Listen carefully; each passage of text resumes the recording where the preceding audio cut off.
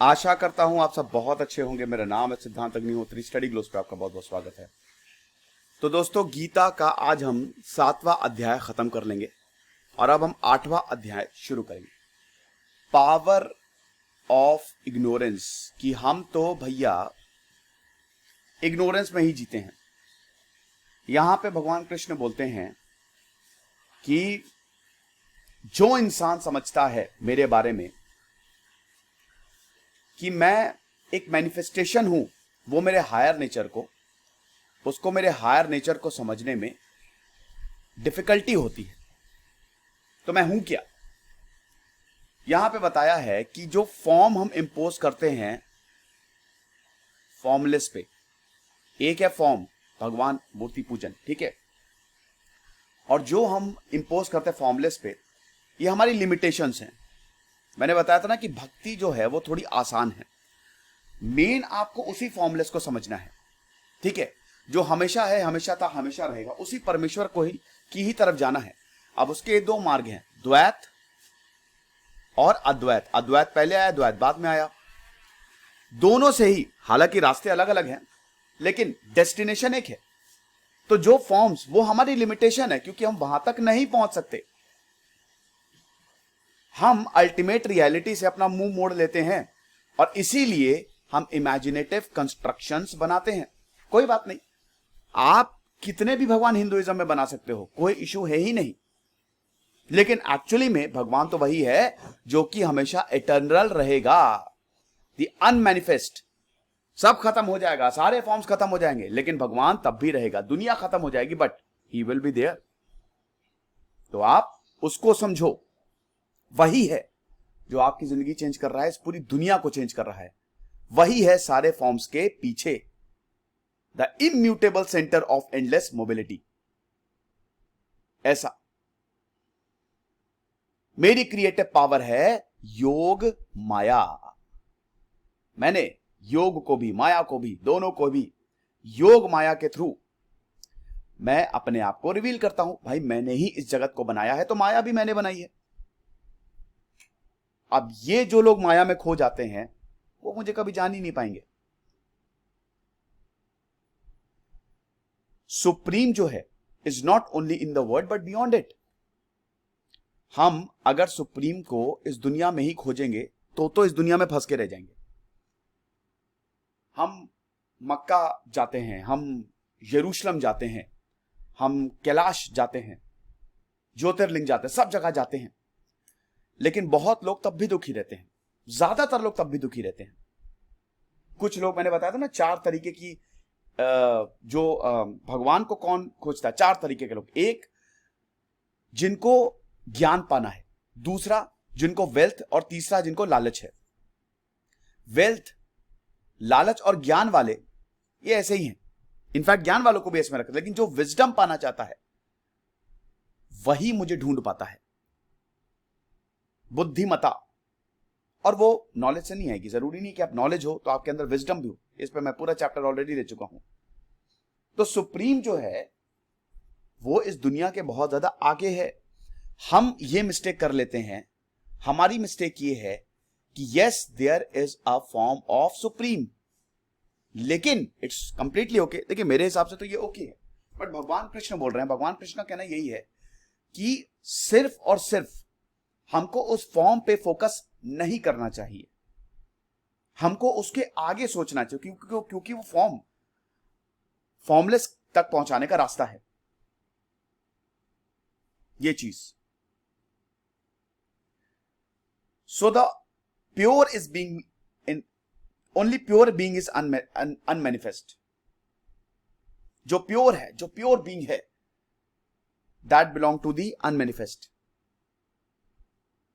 बाकी सब कुछ it belong to world of manifestations. जितने भी हैं, they are born to the delusion, overcome by dualities. पैदा डिल्यूजन की वजह से होते हैं, फिर डुअलिटीज में फंस के रह जाते हैं। लेकिन जो इंसान वर्चुअस होता है, जिसने अपने पापों पे पार पा लिया है, वो इन डुअलिटीज से फ्री हो जाता है। यहां पे पाप की बात हो रही है। अब यहां पे नॉलेज का ऑब्जेक्ट क्या है? यहां पे पाप बताया जा रहा है कि पाप ये कोई वॉयलेशन ऑफ लॉ नहीं है, ना ही कोई कन्वेंशन है, लेकिन ये सोर्स है, central source of finiteness, ignorance और इंडिपेंडेंस ऑफ द ईगो, मतलब assertion of the independence of the ego. मतलब कहने का मतलब यही है कि पाप जो है, अगर आप कुछ बुरा करते हो किसी के साथ, अब वो जरूरी नहीं है कि आप कोई लॉ को तोड़ के, बुरा मतलब बुरा हुआ वो। अब बुरा जब आप करोगे, यानी कि आपको पता ही नहीं है, आप बुरा किसी को दुख पहुंचाने के लिए करते हो, पाप किसी को दुख पहुंचाने के लिए करते हो, अपने प्राइवेट गेन के लिए करते हो, तो ये एक तरीके से अब क्यों बुरा करोगे? जैसे मान लो कि आपको आगे बढ़ना है, अब आपको ऑफिस में आगे बढ़ना है, अब एक और इंसान है, वो बहुत अच्छा है, लेकिन आप उसकी बुराई कर रहे हो, उस षड्यंत्र रच रहे हो, उसको नीचे ले जा रहे हो। और ये सब में, सिर्फ ऑफिस में नहीं, पॉलिटिक्स में, मतलब पॉलिटिक्स तो हर जगह होती है, स्कूल में, हर जगह। यानी कि आप फाइनाइट हो, आपको एक चीज चाहिए, आप माया में लिप्त हो, डुअलिटीज में डूबे हुए हो, ईगो है। लेकिन जब आप इन सबसे हट जाओगे, जब आप पाप को, अरे कोई बात नहीं, मुझे अपना काम करना है, बहुत अच्छी बात है, वो आगे बढ़ रहा है, बहुत अच्छी बात है। मैं आपको बताता हूं, मैं स्टडी आईक्यू में काम करता था, 3 साल मैंने काम किया, और आज स्टडी आईक्यू के 10 मिलियन सब्सक्राइबर हो गए। इतनी ज्यादा खुशी है कि मैं उस ऑर्गेनाइजेशन का पार्ट रहा। इतना अच्छा लगता है मुझे कि वो ऑर्गेनाइजेशन, गौरव गर्ग सर इतने आगे जा रहे हैं, और भगवान करे वो 20-30 मिलियन, 50 मिलियन तक, 100 मिलियन तक आगे जाए।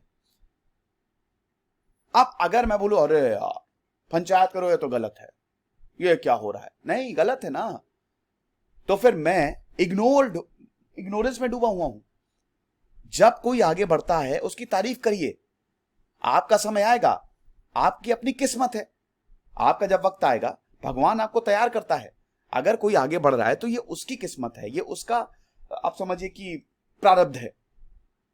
तो जब पाप को आप छोड़ देते हैं, तब ये इग्नोरेंस इट इज ओवरकम, तब आप इग्नोर नहीं रहते हैं, और उसके बाद फिर हम जो अपनी जिंदगी है वो दूसरों के लिए बिताते हैं, तब हम सब समझ जाते हैं, हमको हर चीज समझ में आ जाती है, ये डुअलिटी से हम मुक्त हो जाते हैं।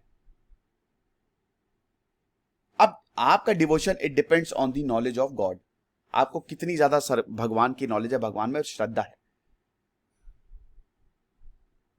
बहुत ज्यादा है तो डेफिनेटली आप थोड़े से ज्यादा शांत हो जाएंगे, कम है तो, लेकिन कम से कम प्रोसेस तो शुरू हो ही जाएगा। तो यही बताते हैं कि those who take refuge in me, जो मुझ में आते हैं, जो मेरे पास शरण लेने आते हैं, वही मुझे जान पाते हैं, वही मेरे एक्शंस को जान पाते हैं।